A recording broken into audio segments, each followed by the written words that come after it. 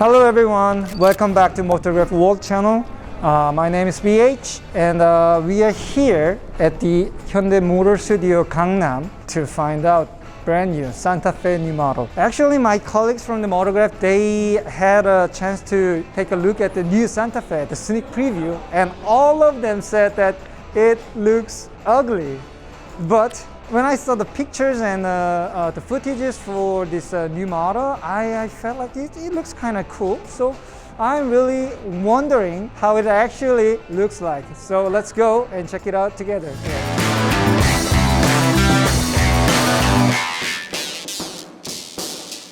So what do you think about this design? You know, it's quite striking, quite shocking.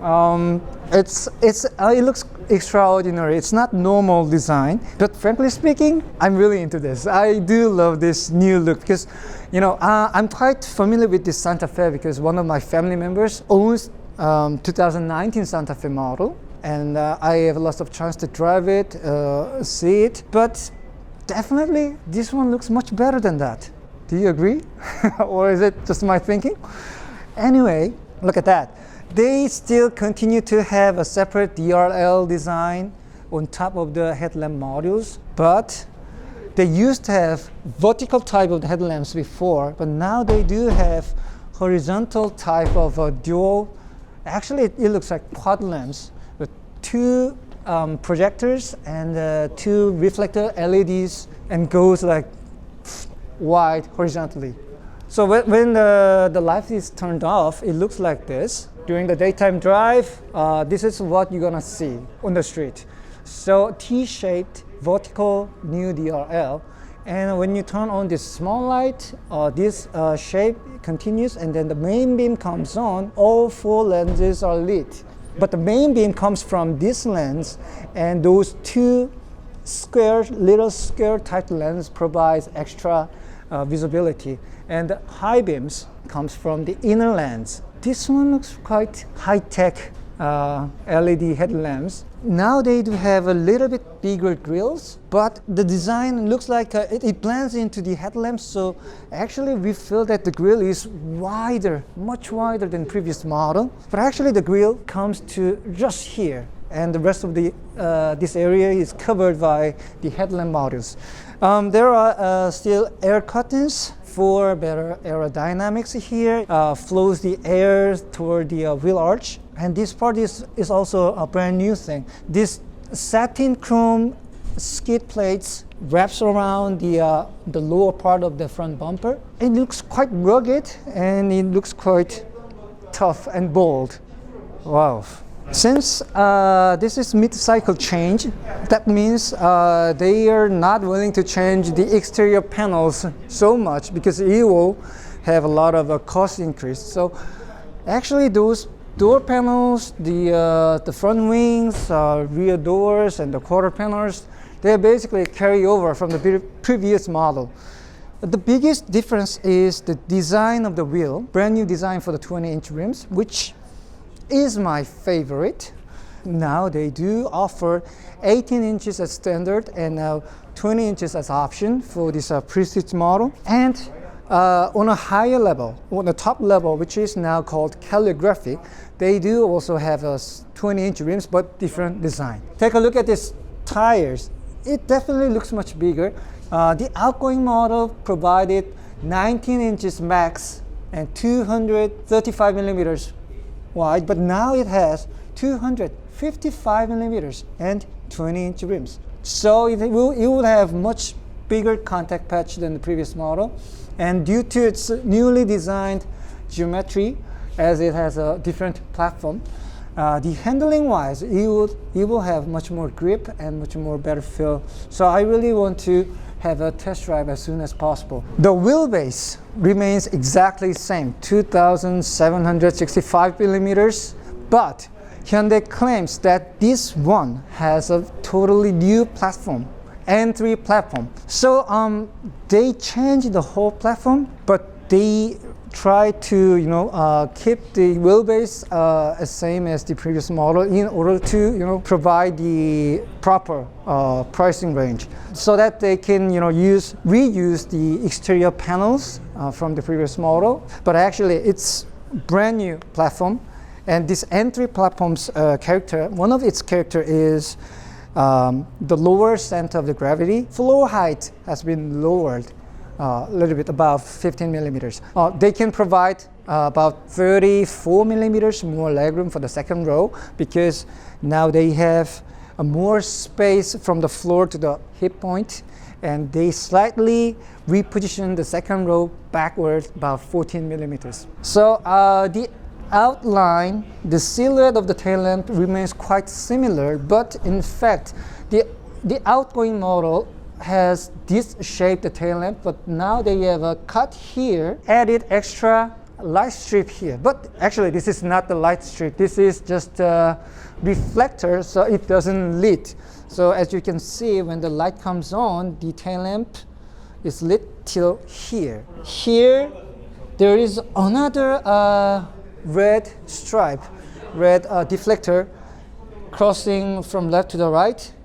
And you may not see, but actually there is a turn signal here. It looks red, but when you turn on the turn signal, the red comes on. Yeah, the previous model also had a turn signal at the bumper side, but it has a quite ugly, just rectangular designed turn signal. But now it looks much plush, and it looks much expensive now. So let's check out how the trunk looks like.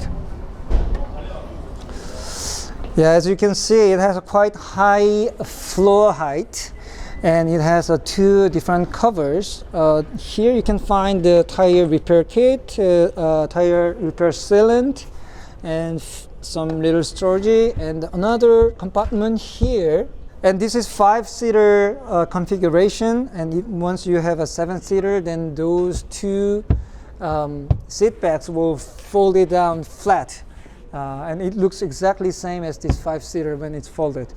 So if you have extra budget, you can order for H-genuine accessories, and this one is equipped with LED light package. So that means you have LED license plate lights at the trunk gate, like this, the white one. And this is quite cool. Extra LED lamp for the trunk space. So there are 1, 2, 3, 4, 8 layers of the LED, and it's super bright. I cannot even watch it directly, but there is a dimmer switch. So actually you have two different light strengths, so you can dim it a little bit and you can turn it off. When you go camping, or when you do have something to find something at a dark nighttime, you will be very, very handy for your use. They do have lots of accessories now, from the LED lighting package, from the protection mat package, luggage package, or even for pet packages. Interesting. This model is calligraphy trim, which is the top level in Korean market, and actually in US market it will be provided as a limited if they continue to have the same trimming strategy. The biggest difference is the color of the grille and the texture. In the Prestige trim, it was quite bright chrome grille, but now it has a dark satin rims, and it has a slightly thinner texture. And on the lower part, it has a black gloss type of facial finish. But in my opinion, the base model or the Prestige model looks much younger, and this one looks like more luxurious but less sporty, I think. The rest of the headlamp modules, they remain exactly same. And another change in this calligraphy is the wheel design. They do offer the same 20-inch super big alloy wheel, but they have different spoke design. It has matte satin DLO lines, while the Prestige model has a bright chrome line. And also there is a matte satin roof rack And at the rear, the only distinguishable change is this skid plate design, because it has the same black gloss grille, just like as you see on the front bumper lower fascia, and it has a larger area of this satin chrome finish here. And another different thing for the calligraphy model, it comes with the body painted cladding here around the wheel arch. So they did have the same strategy from the previous model, and they used to call it inspiration trim. They did have the same widely painted wheel arch, while as you can see on a Prestige or premium model, it's covered with the black plastic moldings. So this one definitely gives you a more luxurious feel, look and feel, and it covers its price tag with its unique exterior design. So speaking of the engine, in Korean market, this new Santa Fe comes with a 2.2 liter diesel engine, which produces 202 horsepower and 45 kilogram-meter of torque. Those figures are exactly the same at the outgoing model, but Hyundai says that this one is the newly designed engine in order to keep the emission regulations. And as you can see, all the positioning of the parts is now changed. You know, the reservoir, the intake pipelines, the engine mounts, they are all different from the outgoing models. And especially the location of the battery, it used to be around here in the previous model, but now it is moved into the central position, which will give you a more better handling and weight distributions. And they do have a different cover now. It has a Smart Stream D.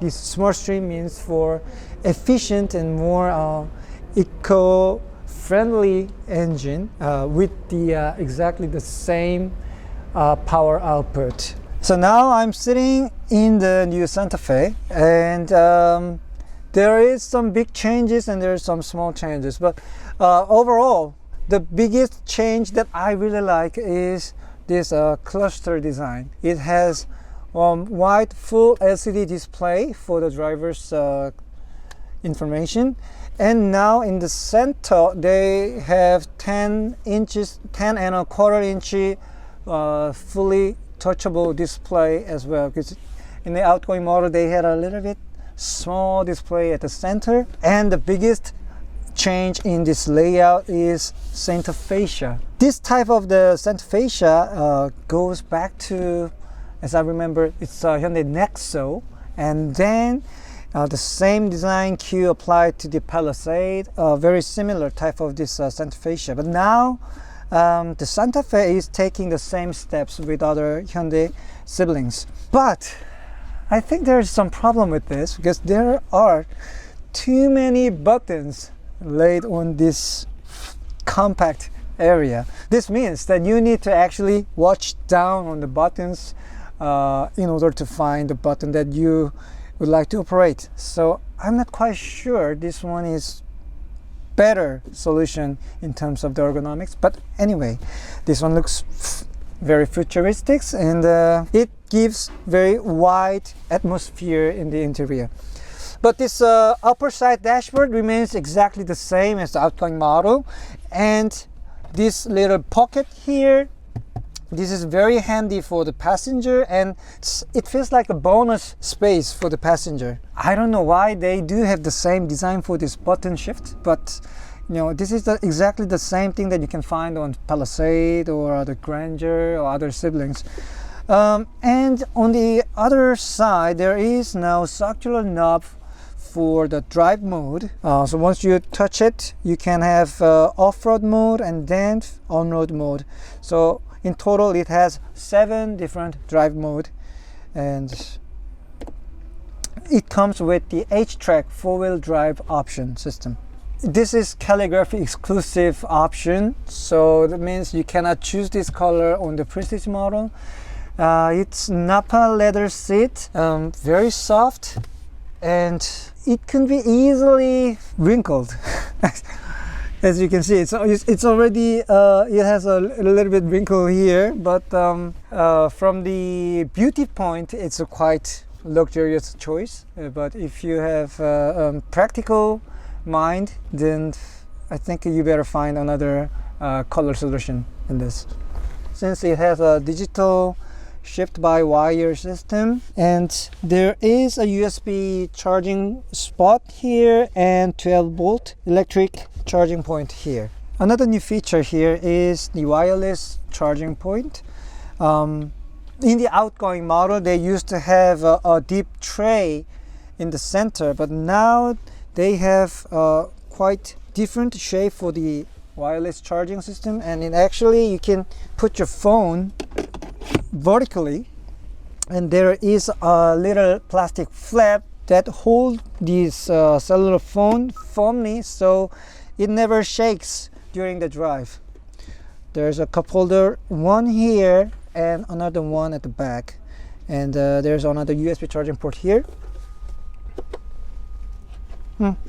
There's a small tray which you can remove it, and quite deep, about this depths of a center storage space. The overall visibility from the cabin is exactly the same as the outgoing model, because there's no change in here. They still have same design quarter glass and the same design, the flag type outside rear view mirrors, so it remains exactly the same. But I can tell you that the previous model offered quite really good, clear and wide visibility, so it's quite easy to drive still. Another good change for this new model is new platform, the entry platform. And the entry platform gives you lower floor height, which means I can sit a little bit lower than the previous model. And actually I can feel it, because 2020 Santa Fe, when you sit on the driver's seat, it feels like I'm sitting on a table.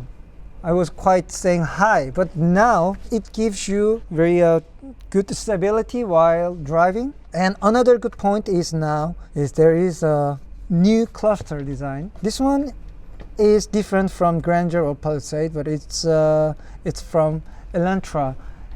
Once you change the drive mode, it actually changes the graphics of the cluster. So sport mode in red, eco a little bit bluish, comfort the white dial with the white needles. This one is a really good change, because the previous Santa Fe, to be honest, it had a quite ugly instrument panel. I really didn't like it, but now it looks much clearer. And even though you do not choose this higher level trim, the basic trim offers two circular analog display. Now it's second row. Hyundai claims that this second row legroom has been expanded by 34 millimeters. They repositioned the second row about 14 millimeters backward. That's very interesting, because they remained exactly the same wheelbase, but they repositioned the seat location to backward a little bit. And since this new platform has a lower floor height, they can have more space for the legroom while they maintain the similar hip point as the previous models. And as you can see, it has a quite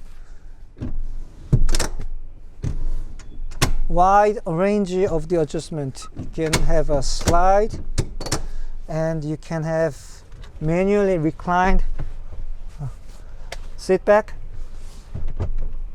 So during the long journey, you can take a nap easily. It's because the shape of the cushion for the second row, it gives you adequate amount of side support, and very soft at the center. And the headroom, this model is equipped with the panoramic sunroof. I think the module will take certain volume here, but still, for my height, it has a quite enough headroom space on the shoulder. And if you have a kid, this is mandatory item to have. It's manually covered sunshade. You will have a heated two-step heated back seat, but there's no ventilated seat here, but this is Hyundai. And there are two charging ports and AC power outlet to 20 volts. And in US market, probably they will provide 110 volts, which will be quite convenient for the users at the back seat. So there is 3 cup holders, 2 big cup holders and 1 small cup holder in the middle. And there is also some storage area at in the door trim. I think you can put quite big plastic bottles here. So overall, you have lots of spaces in this interior. It's quite practical to use. Okay, here goes the price list. The entry model is the premium trim. In Korea, it starts with 31 million Korean won. And the middle trim, Prestige, starts with 35 million range. And the top model, the calligraphy, is 39 million Korean won range. And if you add up some additional options, then you will go way beyond the 40 million range. I'm gonna take the Prestige, the middle one, and additionally I'm gonna put some parking assist plus package and the design plus package, which enables you to have 12.3 inch LCD display and the 20 inch alloy wheels for the exterior design. And they will add up to around about 38 million range, a little bit less than 39 million Korean won. And I think it will be quite affordable and practical choice that you can make. Today we met this brand new Santa Fe 2021. Oh, it was quite beyond my expectation. I really like this new design. And I really want to have a test drive on this car for a long time, because Hyundai claims that this new platform actually gives better handling than outgoing model, and that's something that we don't expect from the mid-cycle change model. So stay tuned on our Motorgraph World channel. We'll be back soon with this in-depth test drive opportunity with the Santa Fe. Thank you for watching.